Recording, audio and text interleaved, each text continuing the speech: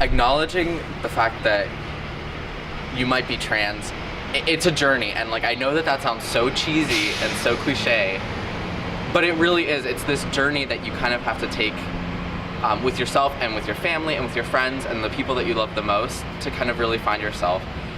So when I first started realizing that I didn't feel like a woman, I did research. I'm a very research person. Like, I need to have the facts before I ever tell anyone. So for a long time I just kind of sat in my room and thought about it, and I was like, well, this happened and this happened, and so I did a lot of research and self-reflection to start, and then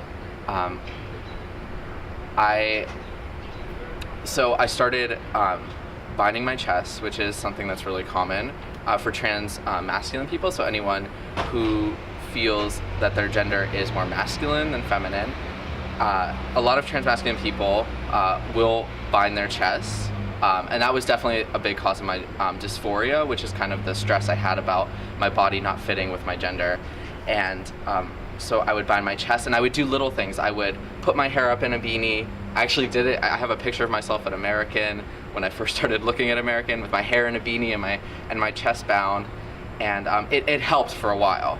And I would only do it in private, so when my parents weren't home, or I would just go out to the gas station late at night to get gas in my car, but I would be presenting masculinely. So it started with little things like that, and it felt good, which was great. But as I started coming out to people and I started getting pushback with a lot of transphobic comments and with a lot of hate, I think I started questioning whether this was really, was this really my path? Was this really something I was willing to do and commit to? And I think over time I was being reaffirmed, which is awesome. I was being welcomed by my faith community, and I was being welcomed by my parents and the closest of my friends.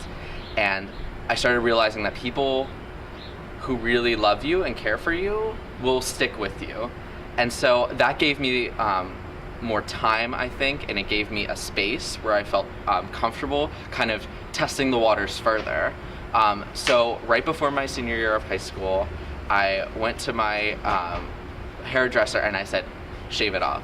And she kind of went to me, and I hadn't told her yet that I was coming out, and she's like, what? I said, no, just shave it off. And she did, and that really helped. And so I think when I'm talking about this, for me, my body and the very physicalities of myself were very important in my gender. But a lot of people may not bind their chest, or may not feel that they need to have short hair to present masculinely. So I think it's just important to make that distinction. First of all, that this is just one experience of being a trans person.